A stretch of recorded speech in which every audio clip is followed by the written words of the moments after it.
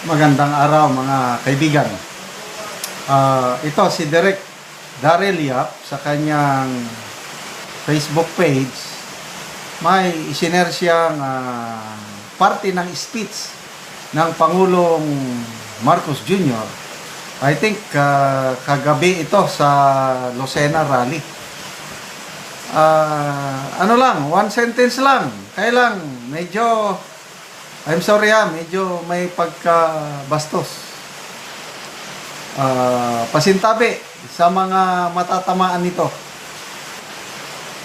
I hope na hindi ito edited Director Daryl Yap ang nag-post.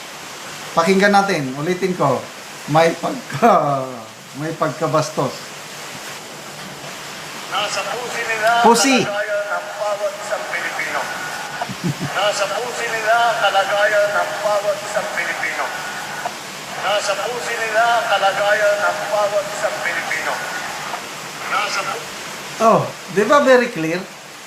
Nasa pusi nila ang kalagayan ng bawat Pilipino. Okay, in fairness, lahat naman tayo nagkakamali.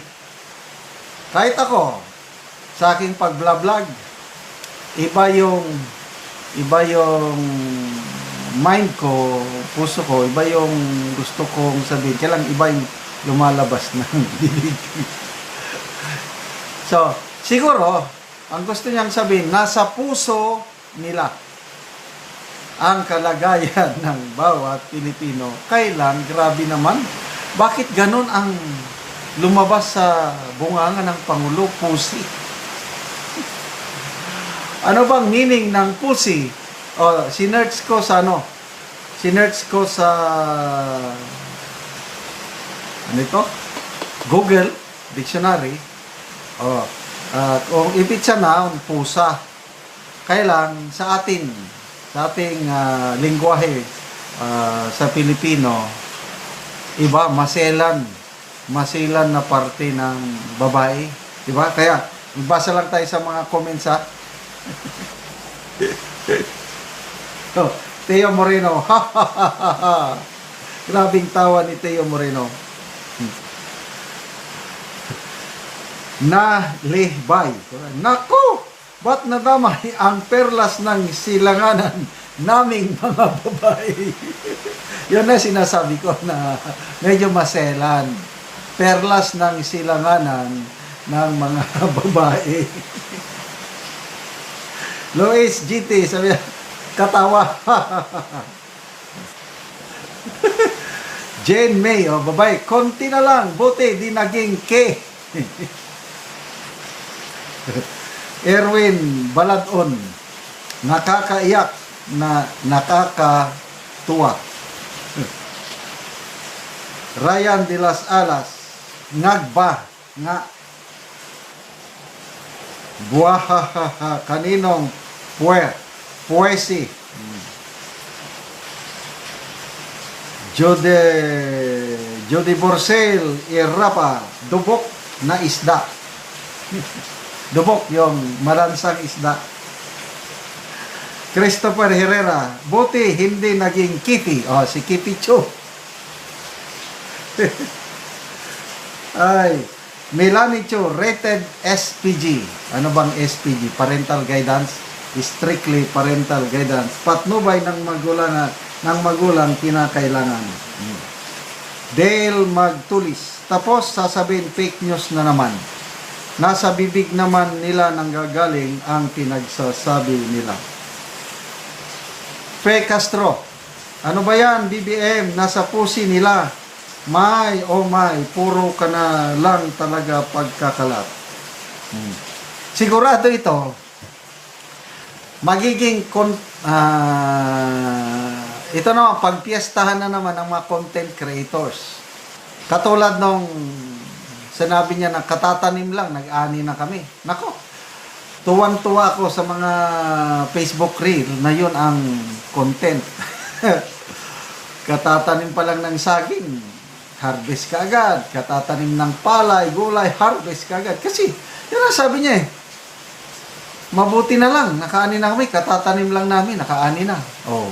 Ganun. Ano pa? Yung nagtanim kami ng bigas. Di ba ganon? Instead na nagtanim ng palay, nagtanim ng bigas. Sino ba naman ang magtanim ng bigas? So parang ganito rin ito. Nasa puso nila ang kalagayan ng bawat Pilipino. Bakit naging pusi? Di ba? Ay, nako. Matutuwa na naman ito, mga content creators, at pagpipiestahan na naman itong... Anyway, ito tayo sa Alyansa. Sa 10 na lang sila. Nakita ko yung may post si Professor Malotikia. Sabi niya, 10 days to go before election, 10 na lang ang naiwan sa Alyansa.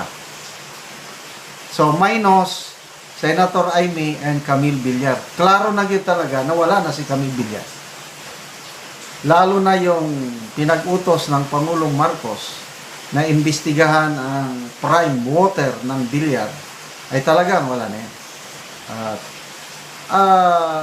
ito, kung hindi maganda ang serbisyo ng isang ganyang kumpanya, sir, imbestigahan. Sana noon pa. Bakit ngayon pa? Ngayon lang, after na nagpa-endorse si Camille Villar kay BP Sara, di ba? Yung timing, halatadong halatado. Ganon din yung pagbebenta ng murang bigas, yung tig 20. Napakaganda naman sana yon na ginawa nila noon pa. Bakit ngayon pa? Malapit ang eleksyon. Kaya lang, wala pa rin. Akala nila makakalusot. May 1. Roll out daw. Sample. May 2, wala na. Stop. Dahil pina-stop ng COMELEC, hindi pwede. May batas tayo na bawal sa gobyerno ang gumastos 10 days before election. So, wala, stop. Kung ang plano nila para pampabango sa mga botante, wala. Palpak na gimmick o strategy, pwede silang magbenta May 13 na. Okay, sige, go. Why not? Maraming, although hindi naman marami, kakaunti lang matutuwa. Bakit? Limited lang mga vulnerable sectors of society lang yung makakabili. Sana all. A promise fulfilled. Anong promise fulfilled? Nakakaunti man lang yung makabili. Promise fulfilled ba yun? No way. Anyway, pasensya na kayo. Mga minamahal naming mga kaliwat ni Eva, dahil slip of the tongue lang siguro nabanggit ang pusi. Nasa pusi ang pusi nila ang kalagayan ng bawat Pilipino. Okay, so salamat mga kaibigan sa inyong pagtangkilik sa ating channel.